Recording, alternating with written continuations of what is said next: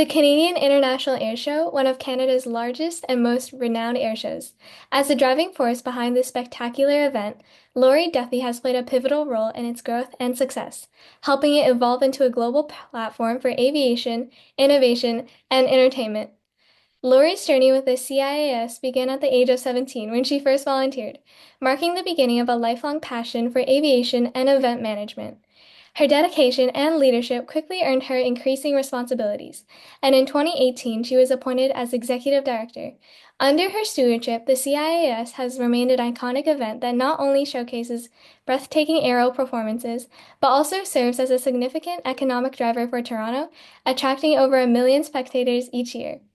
And beyond her role with the airshow, Lori has a deep commitment for promoting aviation as an inspiring field for youth, particularly encouraging the next generation of innovators and leaders in STEM. Through her work, she strives to bring more diversity to the aviation industry and create meaningful connections between public and aviation communities. Her career has been a journey of continuous growth, guided by her passion for aviation, her strategic thinking, and exceptional leadership. And today, Lori will share her insights into the challenges and rewards of managing one of Canada's premier events, the intersection of passion and economics, and the lessons she learned along the way. So, Miss Duthie, it's wonderful to have you here today. How are you doing? Good. Thank you, Ruby, for having me. So, yeah, you're welcome. That's really great to hear. So, we're really excited to have you here with us today. So, let's just jump right into our first question. So, what leadership principles have you adopted to manage a team of 200 volunteers and coordinate an event that attracts over 1 million attendees each year? I think two of the main leadership principles that I like to follow first is lead by example. I think if I expect something of my volunteers, either to conduct themselves in a certain way or interact with our guests and performers a certain way, I need to emulate that myself. And my second big principle is communication. I believe strongly that in the absence of information, people are going to fill in their own information. So constant communication, updating teams, even if there isn't something to update, just to let them know you're thinking about them and that you know they've got questions, you're still working on them. So I'd say those are my two main principles of managing, especially the volunteers. It's a different beast to manage volunteers versus employees when you've got employees that are sort of relying on paychecks and working on promotions and their own self-growth. That's very different than volunteers. But the lucky thing with our organization is everybody is so passionate about the air show, so they're all pretty engaged and committed to our organization. So yeah, that's really great insight, and I especially agree with you. Like, definitely leading by example, communication are so incredibly important when leading such a large team. And speaking of the CIAS, the event has evolved quite a bit over the years. So how do you approach blending its rich traditions with modern innovations to keep the show fresh and engaging? That's a great question. As you mentioned, we're a long-standing air show. We're the longest running in North America, 75 years. We just celebrated last year. Oh, And I've dear. been, yeah, and I've been at the air show for every year of my life. So for 50 years. So I've seen it back in the 70s and 80s, what it was like back then. And it was very necessary for us to evolve. So I hope that I have a good balance because I've got such a long history with the show of sort of honoring the past and seeing the historical and the what it used to be and what it means to so many people. But you're right, we had to evolve. And COVID really helped push us. We had this idea, but COVID forced us to execute it a lot faster. We now live stream the air show. So we stream the audio portion of it to the 1 million people that are watching the show for free all along Lake Ontario and out in boats and up in condo balconies. And that's through our website for free. And then we also live stream the video, which last year in 2024, that went to 250,000 people across 40 different countries. So this live stream approach, we kind of thought we've got it down what's happening in the air, but are we getting our messaging through to everybody that's watching the show? So are they hearing about the various aircraft and the maneuverability of them? The stories of maybe some of the historical aircraft, what they used to be used for, and most importantly, from my perspective, is the stories of the crew. So what inspired those pilots? So now by being able to share that messaging and that story with the 1 million people watching for free, whereas before they'd be sitting along the lakeshore watching the show, but it's kind of like going to a music concert and not being, you could see what was happening, but not necessarily be able to hear the band. So we feel like we've now kind of brought the whole thing around. The other thing that we've done just in the last 2 years is we have a free STEM area. And so the city, we don't have too much land that we're able to use, but of the portion that the city allows us to use, we've carved out about half of it. And during the show days from 10 a.m. to 4 p.m., we swing the gates open. And the objective there is to get, again, those million people watching the show for free to come through and get inspired even more into the aerospace industry, whether that's as an air traffic controller, an engineer, or pilot. Like every aspect of it, we try to replicate and show them their own path opportunity there.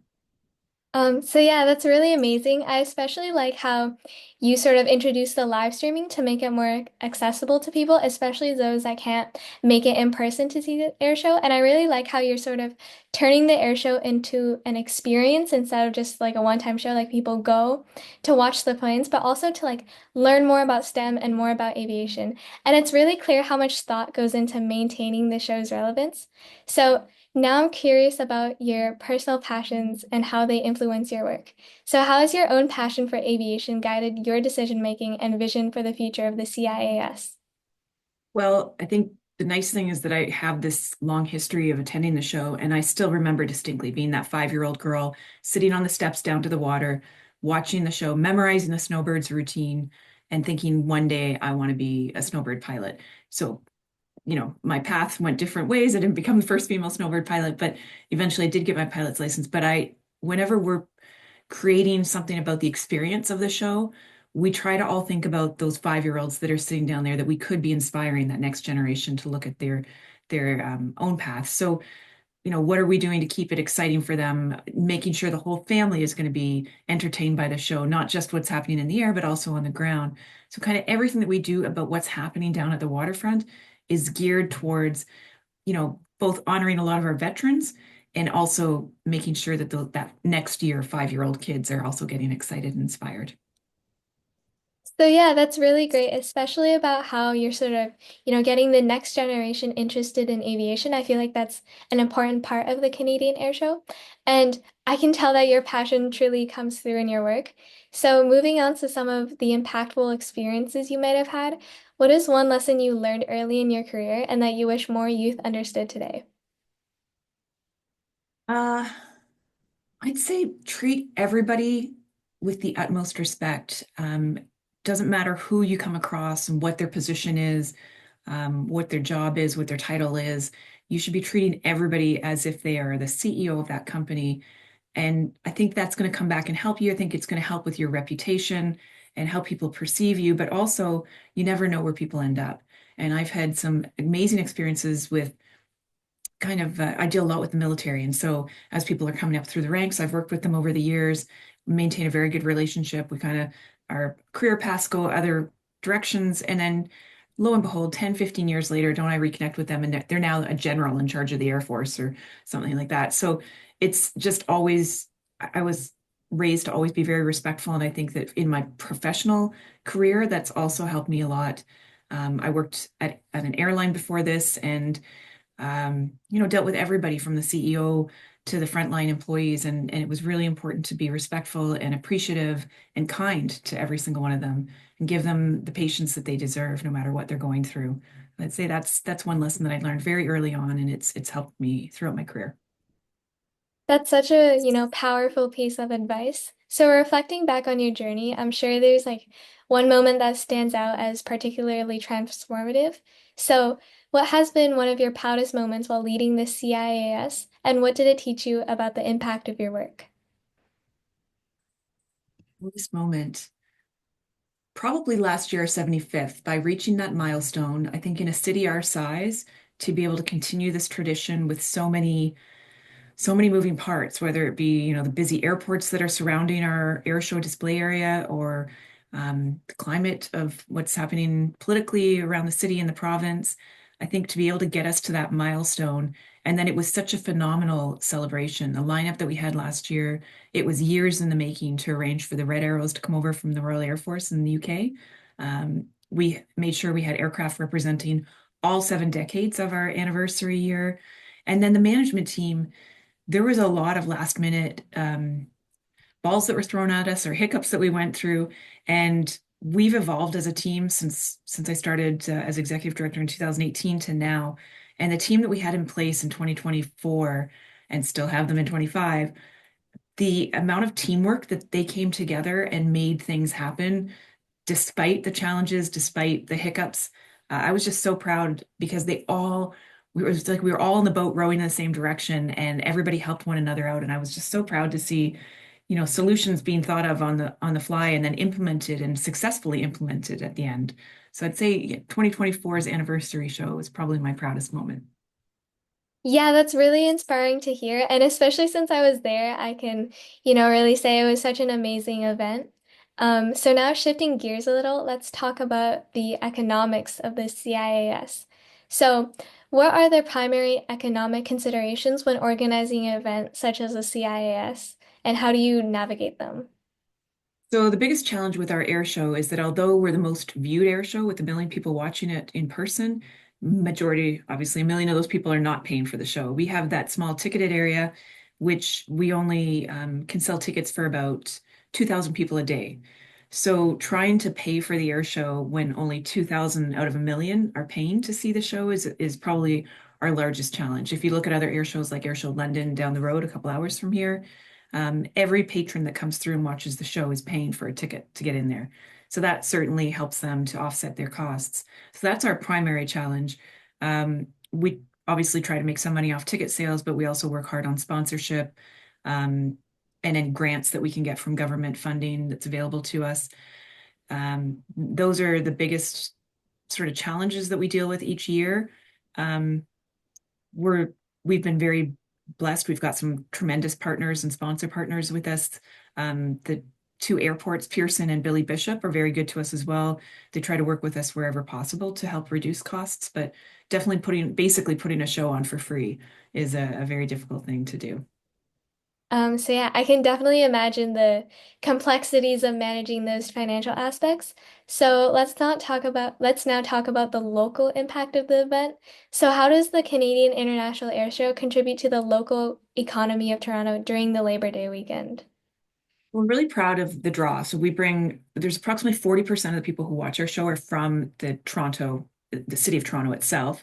And then another 40% are coming from the greater Toronto area, which as you know, is all the way out to Oakville on the west and out to Whitby on the east.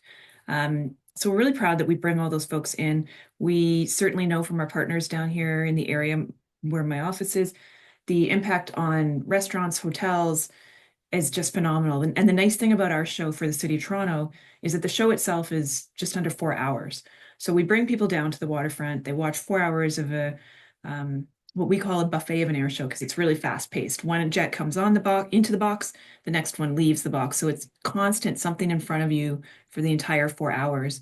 But then when the show is done, ticketed guests either go over the bridge onto the C&E grounds. So it certainly helps with their impact. And I know that they get 50% of their attendance is on air show days. So we certainly help drive their gates significantly, but also the neighborhoods like Liberty Village behind us or the areas by the Billy Bishop Airport, even all through Etobicoke down to the Humber Bridge, they see an influx of customers, both in the hotel and restaurant industry. I know that just our show alone, where we book up an entire hotel near the airport to house all of the performers that are coming into the city, all the volunteers that need to be on site for the weekend, we completely take over an entire hotel. So the impact from a tourism perspective is just incredible for the long weekend for us. So yeah, it's clear that the CIS has definitely a very huge economic impact. And with that in mind, I know you mentioned this before, but securing sponsorships must be crucial for the air show. So, what strategies do you have and you found most effective in securing sponsorships and partnerships for the show? So the lesson I've learned the most is that you have to be connected to the right person because cold calls and sponsorship, I just have not found luck with that. So we have a board of directors, and our board of directors is non-operational, their governance board. And one of the main objectives we ask for from them is helping to connect us with the right people in the organizations that have sponsorship dollars.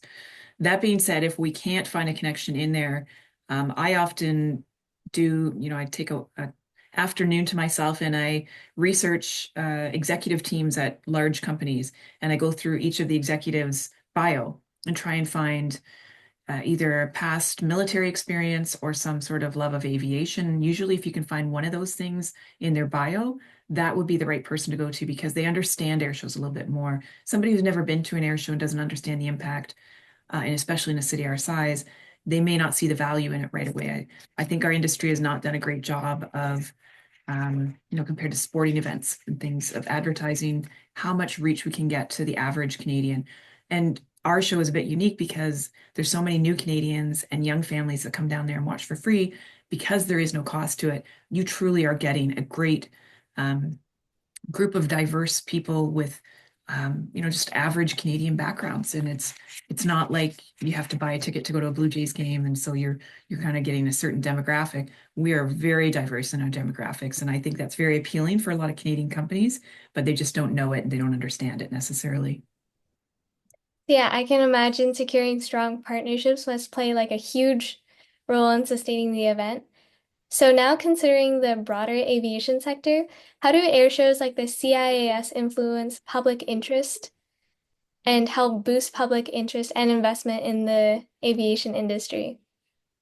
That's a great question. So we speak a lot at the Aerospace Association convention each year. And what we've heard from all the CEOs of the large aerospace companies across Canada is that recruiting is such a challenge for them right now. And so a group of us that put on shows across Canada have gone to them and done a presentation that air shows are here. People are coming and they're getting excited already with what they're seeing in the air. The opportunity is on the ground to come there and showcase what kind of career opportunities there are, what those futures look like, because the aerospace companies sometimes are it's a very fruitful opportunity of employment, and especially in the military where you can get paid for all of your training and things like that. So we're trying very hard for the aerospace industry to recognize the importance of air shows from as a recruiting tool for the aerospace industry. Yeah, so absolutely. Like visibility is the key to drawing people in. But looking ahead, the aviation landscape is constantly changing. So, what economic trends or opportunities do you foresee shaping the future of large-scale air shows such as the CIAS? Yes, it is changing for sure. I think when I look at our air shows across Canada, we're all so different. So I don't know that there's one strategy that would work for all of us. We're all very different and diverse. So I would say Abbotsford Air Show is a very sort of more of a corporate event that people can go to, whereas Airshow London is, if you're an aviation fan, that's where you want to go. They've got an incredible lineup on the ground. So I wouldn't say there's one trend for all of us to take. From our perspective, the most important thing is to continue with growing the access and accessibility. You mentioned earlier about how people can enjoy the air show from their home. That was actually created because of COVID, because a lot of people were nervous about wanting to come out into crowds back in 2020, 21 when we first had the show after COVID. And so by continuing to evolve and create new opportunities, and really what we're doing down on in the exclusive zone where we sell tickets, it's about the experience because you can watch the show for free on this side of the fence. So what are we doing on the paid side of the fence to add value for those folks that are buying tickets for it? So for our show, that's the big thing. And then growing the sponsors that with the reach we've got in the city of Toronto now, we see a very huge benefit for a lot of companies to come in and help support this 75-year tradition that unfortunately the fees of putting on an air show are going up, obviously with fuel costs and even just things like fencing and tents and all of those kind of event pricing have almost doubled since COVID. So it's an expensive event to put on at any time, but certainly each year it's getting tougher and tougher. Yeah, that's a really great forecast for the future of air shows. So, as we wrap up, I'd like to ask one final question. So, if you could give one piece of career advice to students considering studying economics or even pursuing careers in your related field with passions in STEM as well, what would it be? I would say try and volunteer for organizations. I think it gives you a chance, first of all, to try different things and it's a bit like a buffet, right? You're going to try, especially young people in your teens and your 20s, you're going to have a lot of different jobs, and that's your time to see what you like and more importantly, what you don't like. What kind of jobs? Do you like being in retail? Do you like working in hospitality? Do you like working in an office space? What is your comfort zone? And then help to to design your dream job, but it's not going to come right away. You're not going to get it right out of high school or right out of university or college. You're going to have to try things. So by volunteering for different organizations, you're going to grow yourself as just your own personal growth. It's giving to your community, but you're also trying things and showing people your dedication. And you just never know what kind of opportunities. I was at an event in October and I've been looking for somebody specifically to be doing marketing and graphics for me. And I had people that were great at it, but they didn't have a love of aviation. So whenever I needed them to do something, I had to go through all of my files and I couldn't just say, go grab a picture or video of the F-35 and put something together because they didn't know what an F-35 was. And I happened to run into some woman who was volunteering at an event I was at for aviation in October. And she's a marketing and graphics expert, but she's also a pilot and her whole family is in aviation and she loves airplanes as much as I do. And it was just because our paths happened across. And now here she is working full time at the air show, doing what she loves. And it's exactly what I've been looking for 2 years. So you just never know and put yourself out there in different opportunities. And don't be afraid to reach out and speak to people, just like you did by emailing me a couple weeks ago and asking for this interview. I think that was so courageous and shows a lot of strength in your own personality. Yes, thank you so much. And that's really insightful advice. So thank you so much again, Miss Duthie, for taking the time out of your busy day to share your experiences and incredible insights with us today. It's been a pleasure having this conversation with you. Thank you. It's my pleasure. It's really nice to get to know you more, Ruby. And with that, we conclude our seventh episode of JEC Interviews. Thank you to everyone for tuning in. Be sure to follow us on YouTube, LinkedIn, and Instagram for more conversations with industry leaders. Until next time.